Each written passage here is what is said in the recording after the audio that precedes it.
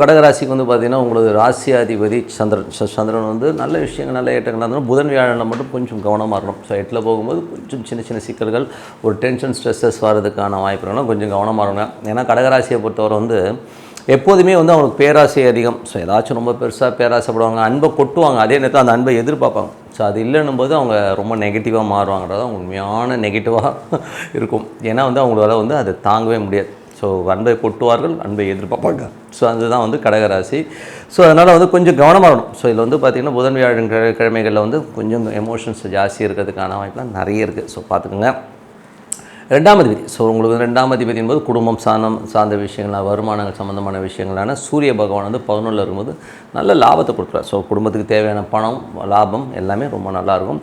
சில நேரங்களில் வந்து அப்பாவுடைய பேச்சுக்கள் கொஞ்சம் மனசு வேதனை பண்ணும். ஏன்னா பாதகஸ்தானம் போது ஏதாச்சும் அது பேசுகிறது வந்து கொஞ்சம் கவனமாக இருக்கணும். மற்றபடி லாபத்துக்கு எந்த குறைவும் இருக்காது.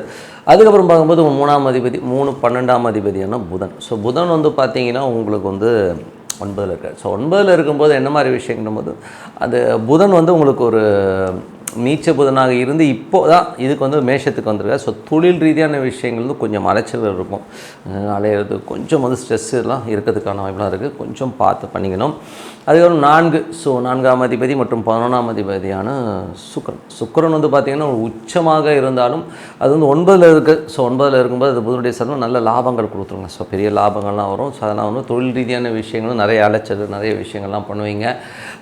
சொத்துக்கள் சம்மந்தமான விஷயங்கள், அப்பா அம்மா சம்மந்தமான விஷயங்களில் வந்து நல்ல ஒரு சப்போர்ட் கிடைக்கும். அப்பா சம்மந்தமான விஷயங்கள் வந்து நல்ல ஒரு சொத்துக்களோ நல்ல ஒரு பணமோ வரதுக்கான வாய்ப்புலாம் ரொம்ப நல்லா இருக்குது. வண்டி வாகனங்களாலும் நல்ல லாபம் இருக்கும். ஸோ எல்லாமே ரொம்ப பெரிய ப்ளஸ்ஸு. அதுக்கப்புறம் வந்து உங்களுக்கு 5ஆம் அதிபதி வந்து குழந்தைகள் சம்மந்தமான விஷயங்கள். ஸோ அது வந்து செவ்வாய் வந்து பார்த்திங்கன்னா உங்களுக்கு வந்து அங்கே நீச்சமாக இருக்கும்போது புதனுடைய சதம் கொஞ்சம் கவனமாக இருக்கணுங்க.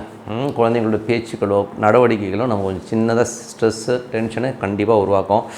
இந்த பிள்ளை இந்த மாதிரி நடக்குதுங்கிற மாதிரி ஃபீலை கண்டிப்பாக ஏற்படுத்தும். அதுக்கப்புறம் உங்களுடைய 6ஆம் அதிபதியான குரு. ஸோ 6ஆம் அதிபதியான குரு வந்து பார்த்திங்கன்னா உங்களுக்கு வந்து இருக்கிறது வந்து இப்போது வந்து 12 வராதுங்க. ஸோ வேலை விஷயங்கள் வந்து கொஞ்சம் அலைச்சல்கள் ஜாஸ்தியாக இருக்கும். நடைமுறையில் வந்து பார்த்திங்கன்னா கொஞ்சம் வந்து நமக்கு மன உளைச்சலையும் கொடுக்கும். ஸோ வேலையில் வந்து ஏதாச்சும் வந்து ஒரு டென்ஷனையும் ஸ்ட்ரெஸ்ஸஸ் ஏற்படுத்தும். இப்படிலாம் நடந்துக்கிறாங்களே, நம்மளை அவமானப்படுத்துகிறாங்களே ஒரு ஃபீலை கண்டிப்பாக. ஏன்னா செவ்வாயுடைய நட்சத்திரத்தில் போகும்போது அது நமக்கு மனக்காயங்களை கண்டிப்பாக கொடுத்துரும்.